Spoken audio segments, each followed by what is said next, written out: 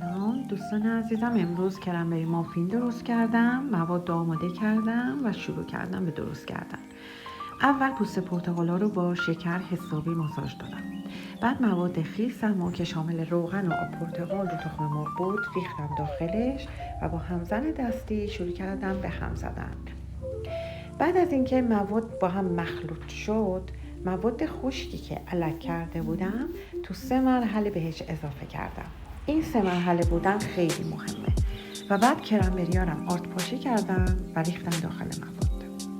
اونا رو با یه قاشق یواش و آروم هم زدم و ریختم داخل کاپ ها و گذاشتم داخل فر.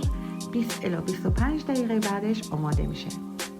خیلی خوشمزه است، حتما درست